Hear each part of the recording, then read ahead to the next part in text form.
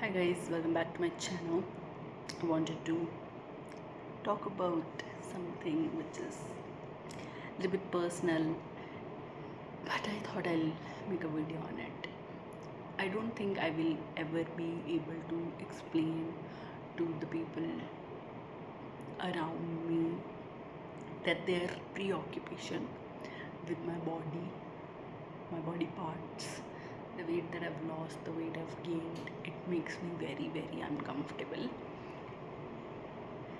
In because the people around you, they will label you, this is like, this is too woke, right? And it is valid, that thing is valid, because nobody's ever saying it out of malice. But that discussion around one person who is that doesn't have to be me, but somebody else, let's say they've lost weight or gained weight or something, that discussion around one person's body and by several people indicates a systemic problem, that we are too obsessed with women's body. That is why it makes me uncomfortable. If one person wants to talk about it, somebody who genuinely is like, and most of the people have no malice.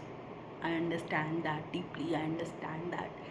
But still I have this conflicting feeling where if every woman, this is the conversation that we are having, there has to be something of a Bechdel test with women. You know how the Bechdel test is the two women, like in cinema, which is like, I think that applies to real life also, where two women are talking and the conversation is not revolving around a man, and they have names. That was like Bechdel test for, like, just created by Dr. Bechdel for women in cinema. And I feel like that applies to real life also, that Bechdel test, you should be applying that in real life also. And I feel like we need something like that for bodies, where women are two women are talking, and just like the Bechdel test, that this conversation is not supposed to revolve around a man. There you cannot talk about weight, and you cannot talk about how obsessed you are about, like, the body and what you want to weight and weigh. And I wish, because the thing is, when every woman asks you about it every single day, it indicates a deeper issue. It's so rooted within us. It is like, because one person can work on their body and search what works for them and then ask for advice, and I think that is okay. Again, no person has malice when they're talking about it, but I think every conversation around this is deeply problematic. It is inherently problematic, the conversation that we're obsessed with weight. And I'm not the one to say that you should, aim for health, but it shouldn't be at the expense of your mental health, or or in an obsessive compulsive manner. Because earlier you could say that in the 70s or the 80s, 90s, even the early 2000s, even a little bit of weight that women naturally tend to have, in like the mainstream media, whenever we saw women, they were labeled as thick and like heavy when they were like barely 50-60 kgs.